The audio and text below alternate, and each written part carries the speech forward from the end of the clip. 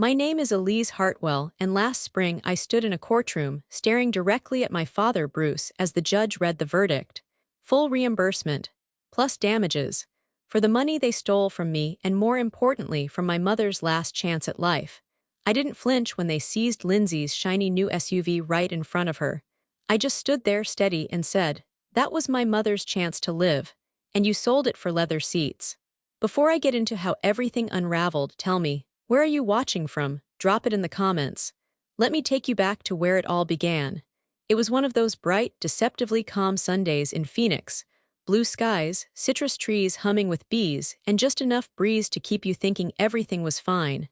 We were at my parents' house, gathered around the backyard table for brunch, like nothing in our family was unraveling.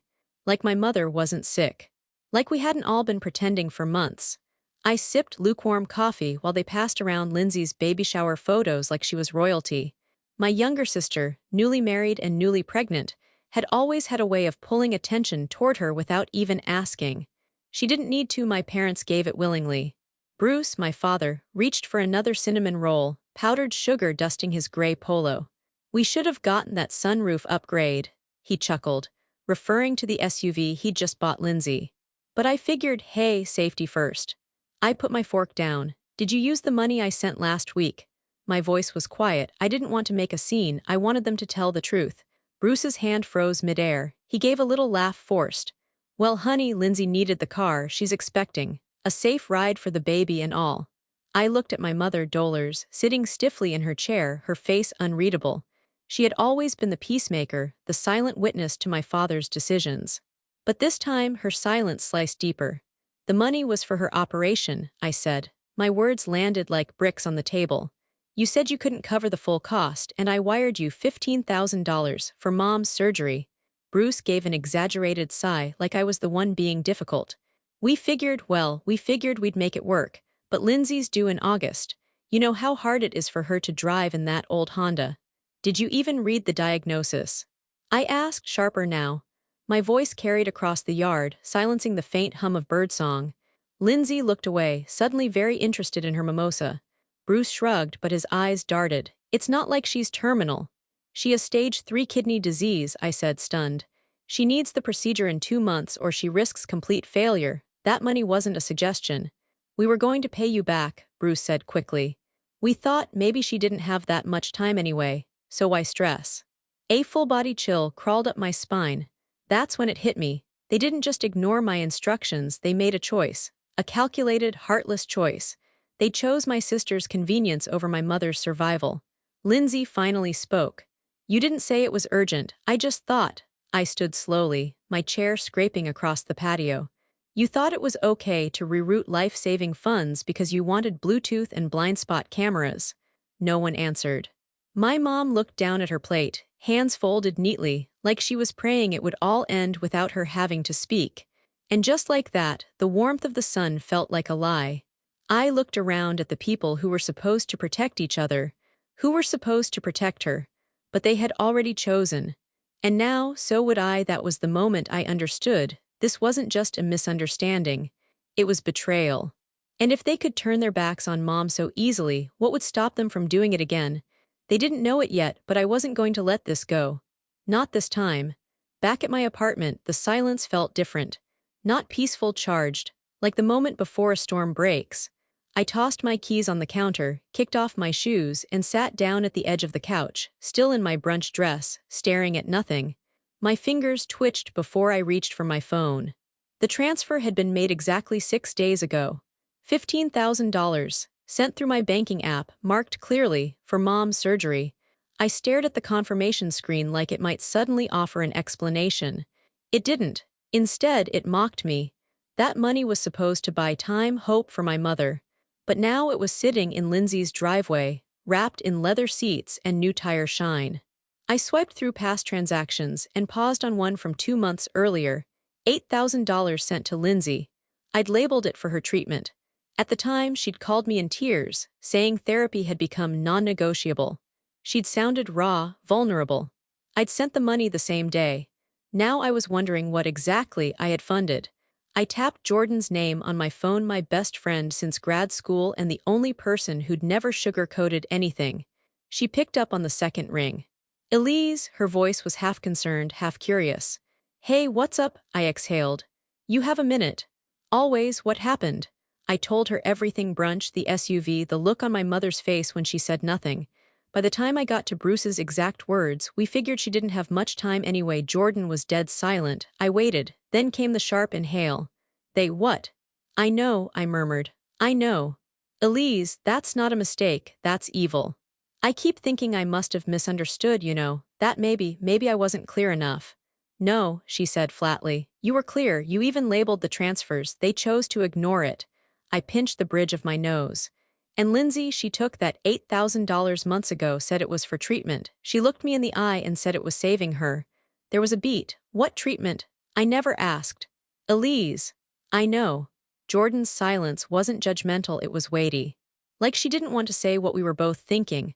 I stood and began pacing the apartment, trying to ignore the growing nausea in my gut. I don't know what's real anymore, I said quietly.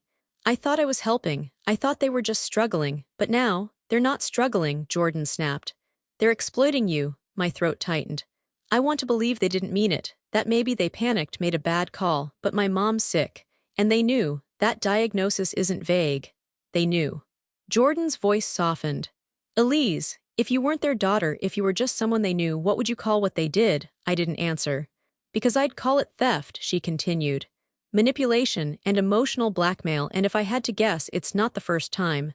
My stomach turned. That part scared me. Because now that I was finally looking, really looking, I could see it. The patterns, the quiet assumptions, that I'd always step in, that I'd always say yes. I'd been doing it since I got my first job at 22, chipping in for bills, co-signing on Lindsay's apartment lease, helping with mom's meds when their insurance lapsed. Little by little, I'd convinced myself I was just being a good daughter, a good sister, but now it felt like I'd been groomed to give until there was nothing left. Jordan broke the silence again. You still have those receipts, right, from the wire transfers? Yeah. Okay, start keeping track of everything. And Elise? What? Find out what really happened to that money Lindsay took. The treatment money, I hesitated. You think she lied? I think you need to know the truth, all of it. I sat down slowly, the air around me heavy. I'm scared of what I'll find. I know, she said gently, but not knowing won't protect you, and it sure as hell won't protect your mom. My chest tightened, because she was right. This wasn't just about me anymore. I ended the call and pulled out my laptop. I started with emails, searching for any confirmation Lindsay had ever mentioned a clinic or therapist by name. Nothing. Then I opened up our text thread, scrolling back to February. There it was. I finally found a therapist who gets it. She's amazing, but it's out of network. I hate to ask, but would you be willing to help with the first few months? And me right after. Of course. Just send me the info so I can mark it down for taxes. But she never had. And I hadn't followed up. Because I trusted her. I stared at the screen, that familiar heaviness building in my chest again. They had lied, not just once. Not in one moment of panic or poor judgment, repeatedly, intentionally. I stood and walked to the window, looking out at the streetlights glowing over my apartment complex. They flickered faintly in the dusk. This wasn't about money anymore. This was about a choice. A choice to use me. To let my mother's condition worsen while they upgraded their comfort. I didn't know what my next move would be. Not yet, but I knew one thing with crystal clarity. I was done making excuses for them. Done covering for people who had never once covered for me. And next, I was going to find out exactly where every dollar had gone. By Wednesday afternoon, I was standing in front of a beige stucco building on the east side of town, staring up at the sign that read Desert Renewal Behavioral Health. The clinic. This was the name Lindsay had casually dropped in conversation weeks ago when she'd said something like, "My therapist works miracles. It's hard, but I'm learning to cope." At the time, I'd nodded, encouraged her. Now I needed proof. The waiting room was quiet, desert colors, soft music, a bowl of peppermint candies at the front desk. I approached slowly, unsure of what I'd even say. A woman behind the counter looked up with a professional smile. "Hi, can I help you?" "Yes. I'm trying to confirm if my sister received treatment here." I glanced down at my phone. "Her name is Lindsay Hartwell. I helped cover the costs a few months ago, but I never got a receipt." The receptionist's smile tightened. "I'm sorry, but due to privacy laws, we can't release any information about clients without their consent." I nodded. I expected that. I completely understand. I'm not asking for details, just is there any record that she was even seen here? The woman hesitated. Really can't say. I reached into my purse and pulled out a slip of paper, an old email printed from Lindsay where she'd mentioned this exact clinic name. She said she was coming here for therapy earlier this year. I'm just trying to verify it, that's all. The woman took the paper, looked at it, then at me, her voice lowered. I'm not supposed to tell you this, but there's no one by that name in our records. I blinked. At all, she shook her head gently. I've been here 2 years, I'd remember. I thanked her, walked out into the dry heat, and sat in my car with the AC blasting. She never came here, not once. I leaned forward, resting my head on the steering wheel, letting the weight of that truth settle in. She lied.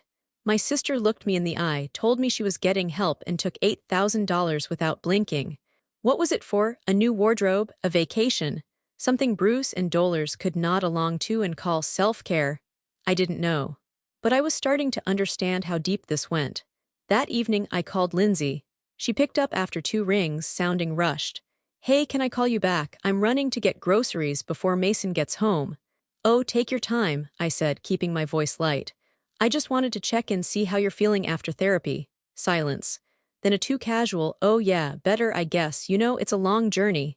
That's what you said last time, I replied. You went to Desert Renewal, right? Their pause. Yeah, I did some virtual stuff too, not everything was in person. That's strange, I said quietly, because they've never heard of you. Now the silence was sharp, a tense beat, then her voice defensive. Why are you calling around about me, Elise? Because I sent you $8,000 for treatment. You told me it was urgent, that you were unraveling and needed help. And now I find out you never even stepped foot in the building. I never said every session was there. She snapped. Why are you interrogating me like I'm on trial? I swallowed hard. Because I trusted you, because I thought I was helping you get better, and instead you lied. I had expenses, okay? I needed time, space. Not everyone can live like you with everything so perfect.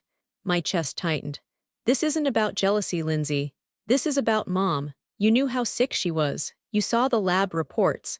And you still let them reroute her surgery money to buy your car. You think I made that decision, she hissed. That was Dad, and Mom didn't even fight him. You didn't stop him either. Lindsay's voice lowered. You think you're better than us, Elise, just because you have savings, just because you plan things, but you don't understand what it's like to always feel less. I stared at the dashboard. And that gives you the right to take from me. There was no answer. I'll find out everything, I said softly. I already started, and you might want to warn Dad. Because next time we talk, I won't be asking questions. Then I hung up, not out of anger, out of clarity. The first thing I noticed when I stepped into my parents' living room was the silence. Not the peaceful kind, this was the brittle, too careful kind. Like everyone knew the walls were thin and the truth was about to punch through them. Bruce was in his recliner, TV muted, glasses perched on his nose. Dollars sat on the sofa across from him, wrapped in her favorite shawl even though it was nearly 80 degrees inside. She looked small, distant. I didn't sit. I stayed standing, folder in hand, and let the pause stretch long enough to be uncomfortable. I need you both to listen carefully, I said finally. My father sighed and set his tablet down. Elise, if this is about the SUV again, it's not just about the SUV, I cut in. It's about the $15,000 I sent for Mom's surgery, and the $8,000 I sent to Lindsay for treatment that never happened. Dollars looked down. Bruce rubbed the bridge of his nose. We already told you we were going to pay you back. When? I asked, voice even. Before or after the surgery, she might not survive without silence. I placed the folder on the coffee table and opened it with a practiced motion. Inside were printouts, bank transfers, email exchanges, text screenshots, and a copy of the Desert Renewal Clinic's confirmation that no patient by the name Lindsay Hartwell had ever received treatment there. Bruce glanced at it, then away. This is unnecessary, Elise. No, I said, sharper than I intended. What's unnecessary is having to build a case against my own family just to get the truth. Dollars shifted, opening her mouth like she might speak. But Bruce got there first. Do you know how much pressure I'm under? He said, rising from the recliner. We've got Lindsay and Mason expecting a baby, your mom's health hanging in the balance, bills stacking up. And somehow I'm the one expected to bail everyone out, I snapped. Even when the money is for something as serious as a surgery, you reroute it. You lied to my face, and you let Lindsay do the same. She's struggling, Elise, Dollars finally said, her voice thin. No, she's coddled, I said quietly. And you let it happen, you watched it happen. Bruce stepped forward. Watch your tone, you're not some prosecutor in here, we're your family. And families don't steal from each other, I shot back. They don't lie or manipulate or gamble with someone else's life. He exhaled through his nose, jaw tightening. It's not as black and white as you think. We had to make a decision. We figured if something happened to your mother, Dollars flinched, just slightly, but I saw it. My breath caught. Figured what? That she might not make it through the year anyway, and Lindsay needs help now with the baby and all. We thought, no, I said, voice shaking now. You chose. You decided my mother's life wasn't worth trying to save because it was easier to invest in Lindsay's future than fight for hers. Bruce looked away. I reached into the folder and slid out a voice recorder. I recorded this conversation, I said, and I'm taking it, along with every piece of documentation here, to a lawyer tomorrow. You'd go that far, Dollars whispered, eyes wide. I didn't go this far, I said. You did. My mother looked like she might cry. My father just shook his head like I was a stranger. Do whatever you think you need to, he said, stiff and cold. But don't expect us to play along with this narrative where you're the victim. No, I replied, turning to the door. I'm not the victim. I'm the only one who finally decided to stop playing along. As I stepped outside, the air felt cooler than it had inside.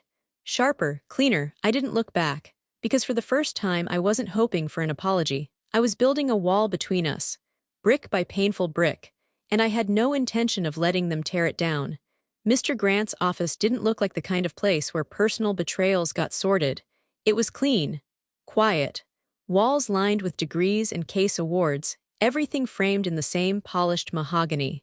The smell of paper and faint cologne lingered in the air, but under the sterile calm, I felt like I'd dragged in a storm. I'd never met him before. He came recommended through a colleague of mine, but when he opened the door and greeted me with a calm Ms. Hartwell, I knew he'd seen worse storms than mine.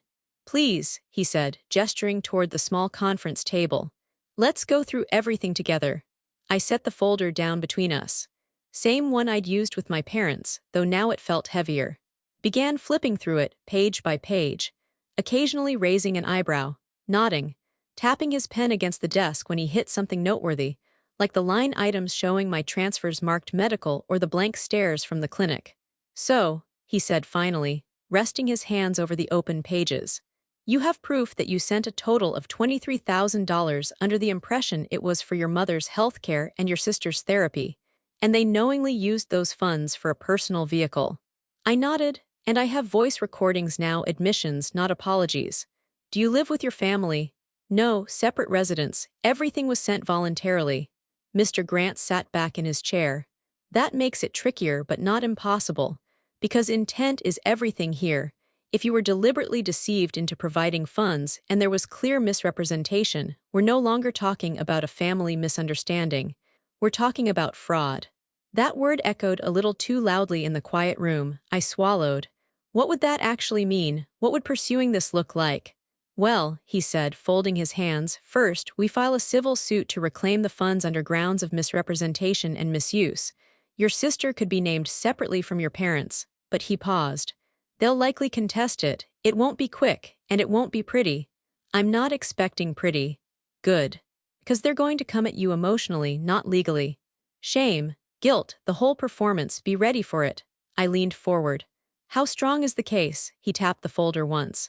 Very. They accepted money under a clear pretense, then spent it elsewhere without disclosing that to you. It's even stronger with those recordings. Judges don't take kindly to medical deception, especially when it delays treatment. I nodded, gripping the edge of the chair. You sure you're ready for this, Ms. Hartwell? He asked. Because once you start, they'll come for you in every way but legal. I know, I said. They already have. Mr. Grant didn't press. He just nodded, scribbled a few notes, and said, then let's get started. We went over every text, every wire transfer, every date. He had me sign a few preliminary forms, asked if I was comfortable being the point of contact when the papers were served. I'm not hiding, I told him. Not anymore. He smiled faintly. Most people don't walk in here this prepared. I didn't get here by accident, I said. I got here by being lied to over and over again. Before I left, he stood and walked me to the door. Just remember, he said as I stepped into the hallway, this isn't revenge, this is accountability. Feels like both, I said, and the door clicked closed behind me. Out in the parking lot, the sky was overcast, desert wind tugging gently at the hem of my dress. I sat in the car for a long minute before starting the engine. My phone buzzed with a voicemail, Lindsay again. I didn't bother listening. Instead, I scrolled through my photos until I found the one I'd taken of my mother last fall, sunlight on her face, holding the mug I'd made her in 6th grade. She was still here, still alive. But she was caught in a web woven by people who claimed to love her. This case, it wasn't just about me getting my money back. It was about drawing a line in permanent ink. No more quiet sacrifices.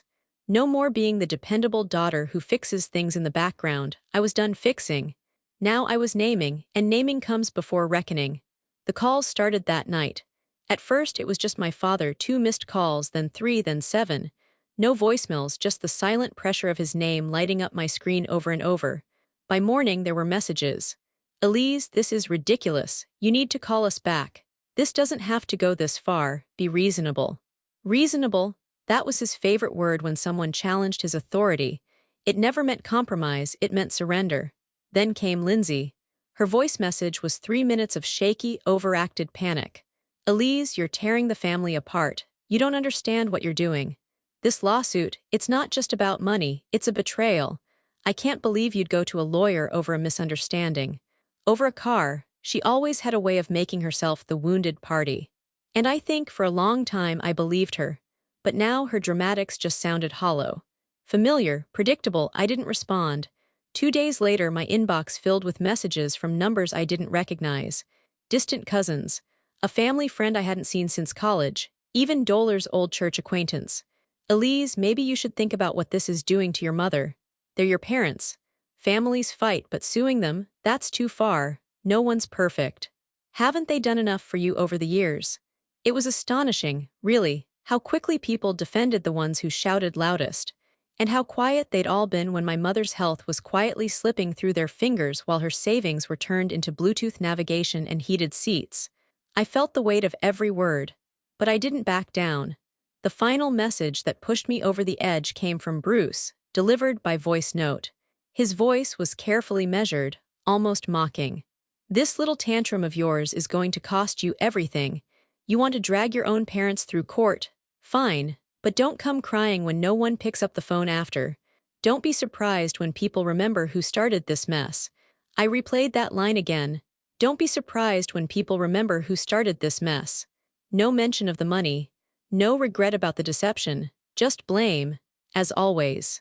I closed my phone and sat in my therapist's office later that afternoon, the messages still ringing in my ears. They're making me feel like the villain, I said, staring at the framed degrees behind Dr. Lowell's desk. Are you the villain? She asked gently.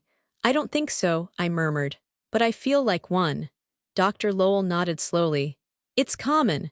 When people used to walking over your boundaries finally hear no, they call it cruelty. I blinked. She continued, you've upended a system that benefited everyone but you. Of course they're angry. You were the quiet glue, the dependable one, the one who never said enough. Until now, I swallowed hard. They think I'm punishing them. And what do you think you're doing? I let the question sit in my chest before answering. I think I'm drawing a line. I think I'm finally saying, this is where I stop being the family's safety net. This is where I say, you don't get to hurt me and call it love. Dr. Lowell gave a small, approving nod. And how does that feel? I looked at my hands. Like guilt wrapped in steel, heavy but unbreakable. I left her office that evening with something I hadn't had in weeks, quiet, not the kind that follows disaster, the kind that follows choice. I didn't return the calls. I didn't explain myself. Instead, I began preparing. I forwarded every message to Mr. Grant's office. I wrote down the timeline of events in detail. Every transaction, every conversation, every moment where the lies began to tangle. Let them get louder. Let them drag my name through group chats and holiday tables. Because for once, I wasn't trying to be understood. I was trying to be free. The spreadsheet stared back at me, columns of dates, descriptions, amounts, all highlighted in yellows and reds. I'd spent the past 5 hours at my kitchen table, poring over every bank statement, every PayPal transfer, every Venmo receipt I could dig up from the last 5 years. It was a graveyard of falsehoods. When I first started compiling the records for Mr. Grant, I thought the worst was already behind me, but as I dug deeper, a new truth began to surface, one I hadn't been prepared to face. This wasn't just about the SUV, or the therapy lie. This was a pattern. They'd been rerouting money from me for years. Every emergency transfer I'd sent, most were labeled as medical, but they didn't go to clinics or doctors. They went to personal accounts. One, marked Mom's urgent test copay, had been deposited into a PayPal account under Bruce's name, then moved again to Lindsay's bank 2 days later.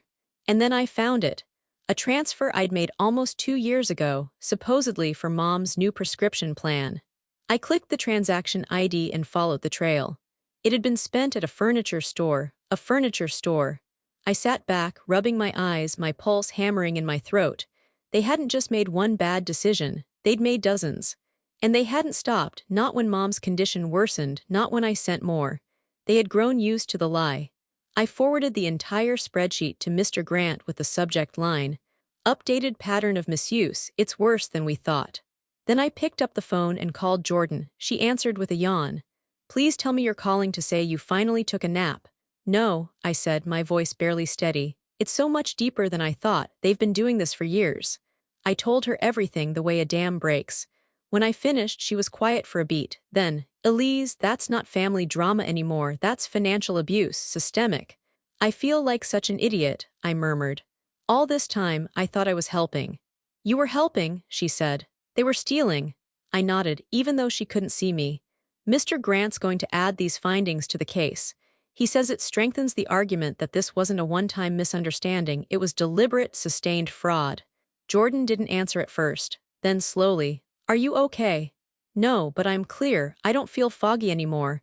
I know exactly what they did, and I know what I have to do next." Later that night, I sat at my desk, fingers hovering over the keyboard. I had written drafts of this email 100 different ways, but never hit send. This time I was going to Bruce Hartwell, Dollars Hartwell subject. Formal notice of intent. I've uncovered a history of financial misrepresentations spanning multiple years, including misuse of funds designated for medical care. The evidence is being added to the current legal case. You had every opportunity to be honest. Instead, you made a choice. Repeatedly, I am no longer available for explanation, justification, or apology. All communication must now go through my attorney. Elise, I hit send. No dramatic music, no rush of vindication, just stillness. Like the moment after a house has been stripped bare and you finally realize how much dust had been hiding in the walls. The next morning, Mr. Grant replied, "Got the spreadsheet. You've done incredible work. This changes everything. I'll file an amended complaint this week. They won't be able to claim emotional misunderstanding after this." I closed my laptop and looked around my apartment, my space, my walls, my quiet. There had always been a small, secret part of me that believed my family would wake up. That one day they'd finally see me, not as a resource but as a daughter, a person. But that hope had shriveled under years of being useful instead of loved. Now there was only resolve. If I didn't stop this, they'd do it again. To me, to someone else, to her. I opened my phone and scrolled to the only picture I had left of my mother from before her diagnosis, laughing, carefree, her hand resting on my shoulder at my graduation. I stared at it for a long time. They used her silence as permission. But not anymore. It came by certified mail. A thick envelope with embossed lettering, delivered with all the cold weight of formal retaliation. Hartwell v. Hartwell, notice of countersuit for emotional damages and harassment. I read the first paragraph once, then again, and still couldn't believe what I was seeing. They were suing me, not denying the theft, not offering restitution. No apology, no admission, no remorse. Just a cold, calculated accusation that I was the one who had caused them harm. The letter claimed I had willfully embarrassed and emotionally traumatized the family with unfounded allegations, and that my hostile legal actions had caused undue stress, especially to my mother, who they now claimed was increasingly fragile due to the tension Elise has inflicted upon the household. Tension I had inflicted. I laughed out loud. A short, sharp, stunned sound. When I called Mr. Grant, he didn't sound surprised. "I expected they'd try something like this," he said calmly.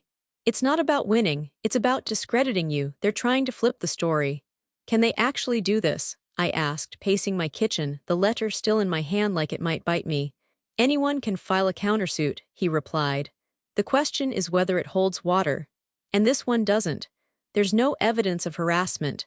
You haven't contacted them since you sent the official notice. And they won't find a court in this county that sympathizes with financial abuse covered by a gift bow. I stopped pacing. Then why file at all? To scare you, he said. To wear you down, to make you question everything. It was already working. My hands were still shaking, but what came next was worse. Later that afternoon, Jordan sent me a screenshot. It was a post from Lindsay's Facebook page, a long paragraph written in syrupy performative prose with a photo of my mother looking pale and exhausted beneath a throw blanket on their couch. It's been the hardest season of our lives.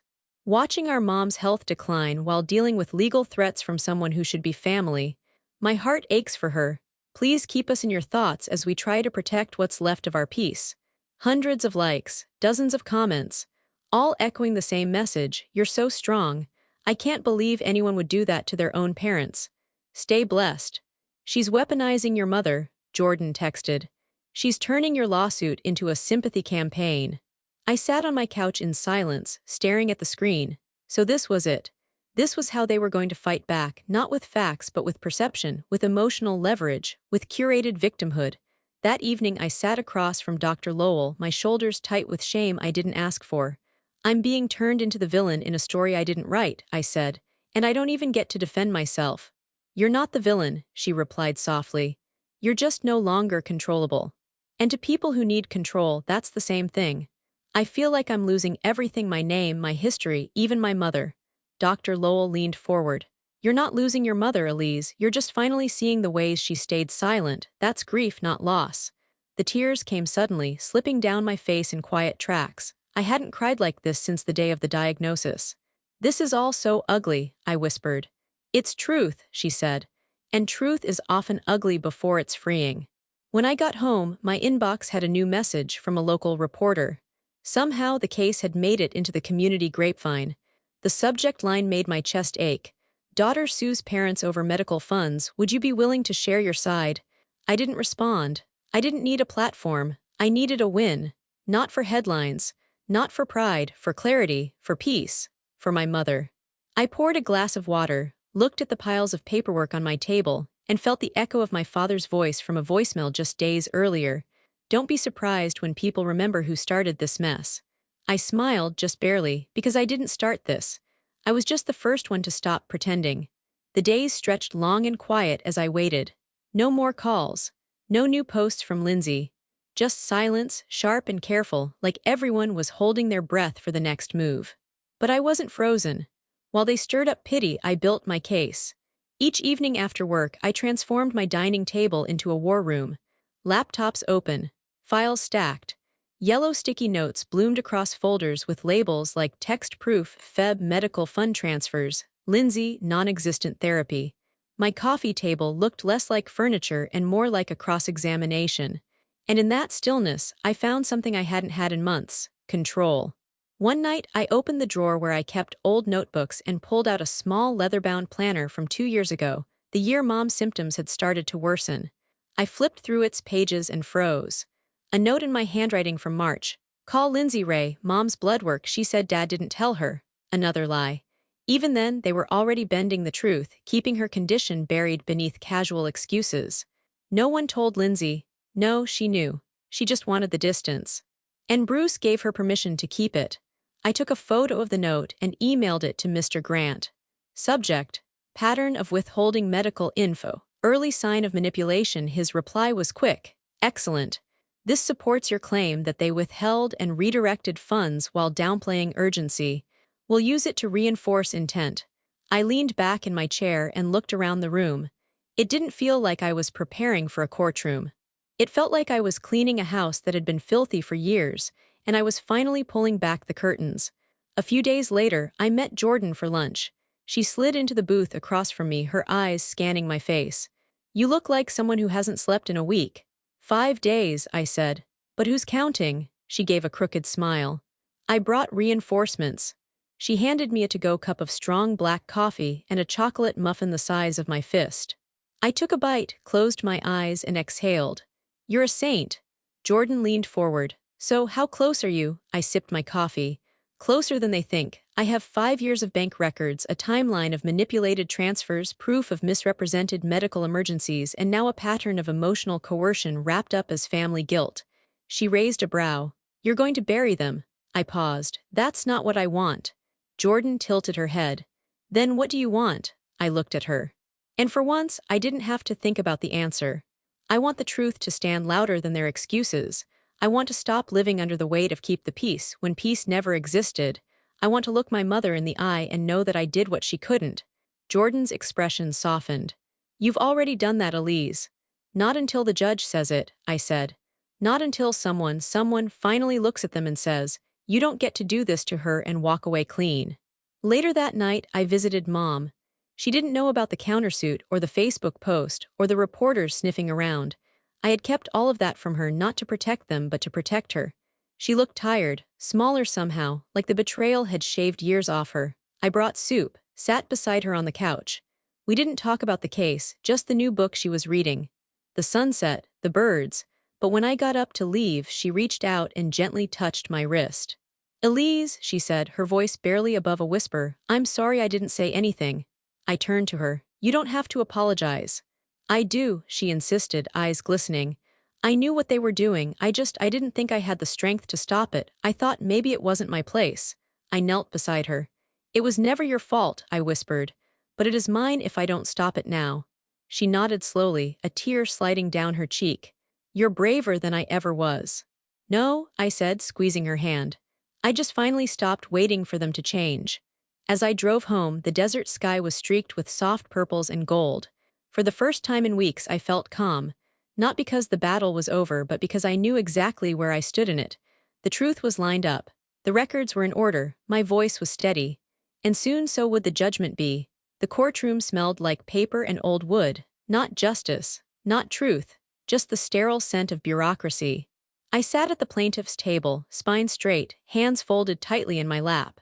Mr. Grant stood beside me, calm and methodical as ever, flipping through our exhibits one last time. Across the aisle sat Bruce and Dollars. Lindsay, too, all dressed in polite shades of gray. Bruce wore his courtroom face, that blank, stubborn mask he used when things didn't go his way. Dollars couldn't meet my eyes. And Lindsay, she looked bored.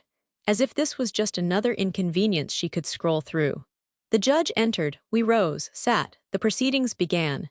Mr. Grant opened with precision. He spoke of misrepresentation, financial coercion, the systematic abuse of trust.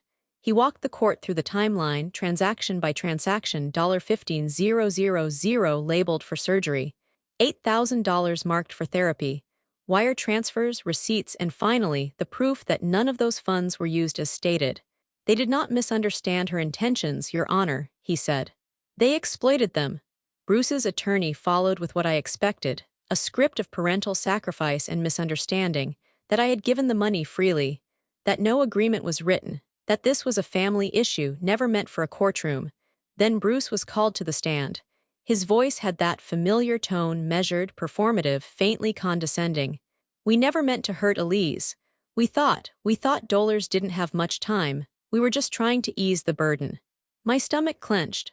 By buying an SUV, Mr. Grant asked, raising a brow. Bruce shifted. Well, it helped Lindsay get to her prenatal appointments. There was no baby, not yet, just the idea of one, but Bruce always knew how to sell sacrifice someone else's. Then came Lindsay's turn. She cried, talked about being lost and in crisis. Claimed she never said exactly where the money went because she was embarrassed. And the therapy clinic you named, Desert Renewal, Mr. Grant asked. You never went, she blinked. I did virtual sessions.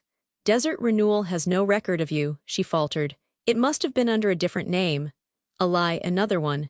When it was my turn, I took a breath so deep it hurt. I stood, walked to the witness stand, sat, looked straight ahead.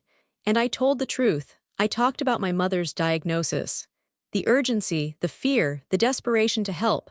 How I trusted them, again and again. How they'd taken that trust and twisted it into something unrecognizable. They made me believe I was helping, I said. But all I was doing was making it easier for them to avoid accountability, until now. The judge was still watching me closely. When closing arguments finished, the courtroom was hushed. Then the ruling came. In favor of the plaintiff, full reimbursement, plus damages. I didn't look at Bruce, or Dollars, or Lindsay. I just sat still as the weight of years shifted off my shoulders. The SUV was the first thing to go. I watched from a distance as the tow truck pulled it out of Bruce and Dollars' driveway. Lindsay stood on the porch, arms crossed, shouting something I couldn't hear. The neighbors watched, of course. Everyone always watches when consequences arrive, but I didn't smile. There was no victory in this, only confirmation that what I'd fought for was real, that their choices had weight. After the court ruling, the judge had ordered the immediate liquidation of assets to fulfill repayment. The SUV, their investment portfolio, even the second home they had in Sedona. The math was simple. The justice wasn't. It was too late for the original surgery. Mom's window for the cheaper, less invasive option had passed. But I still had the money. And I wasn't going to wait. The same week the checks cleared, I paid for the more aggressive procedure out of my own account. Not out of obligation, but out of decision. Because Dollars Hartwell, despite her silence and complicity, was still my mother, and I refused to let her become a casualty of her husband's cowardice. At the hospital, as they wheeled her into pre-op, I sat beside her, folding her sweater neatly in my lap. She looked at me, her eyes soft but hollow. "You didn't have to do this." "Yes," I said quietly. "I did, because I can live with your silence, but I couldn't live with not trying." She reached for my hand. "I wish I'd protected you. I wish you had too." I didn't flinch saying it. "But I'm not asking for anything now, just rest." She nodded, tears gathering. I didn't wipe them away. The surgery went well. A long recovery ahead, but the doctors were optimistic. It was the kind of optimism that once would have crushed me with hope. Now it just felt possible.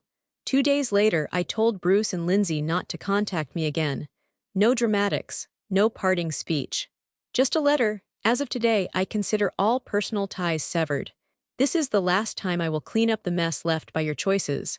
From here on there are boundaries, legal and emotional, and they are not invitations to be tested." Elise, I blocked their numbers. The silence that followed wasn't hollow, it was peace. The kind that hums, low and steady, when your life is no longer spinning around someone else's damage. I didn't tell Jordan right away. I didn't need to. When I finally texted her, "It's done," she replied with 3 words that said everything. "I'm proud of you." I wasn't sure if I felt proud, but I felt whole. For the first time in a long time. Not because justice was clean, not because they'd been taught a lesson, but because I had finally stopped choosing quiet comfort over the raw, necessary ache of truth. Mom moved into a quiet assisted living facility just 12 minutes from my apartment. Nothing flashy, just clean halls, warm food, and nurses who spoke gently. I visit her twice a week, Tuesdays and Sundays. We sit by the window, sip tea, and talk about little things, books, weather, old movies.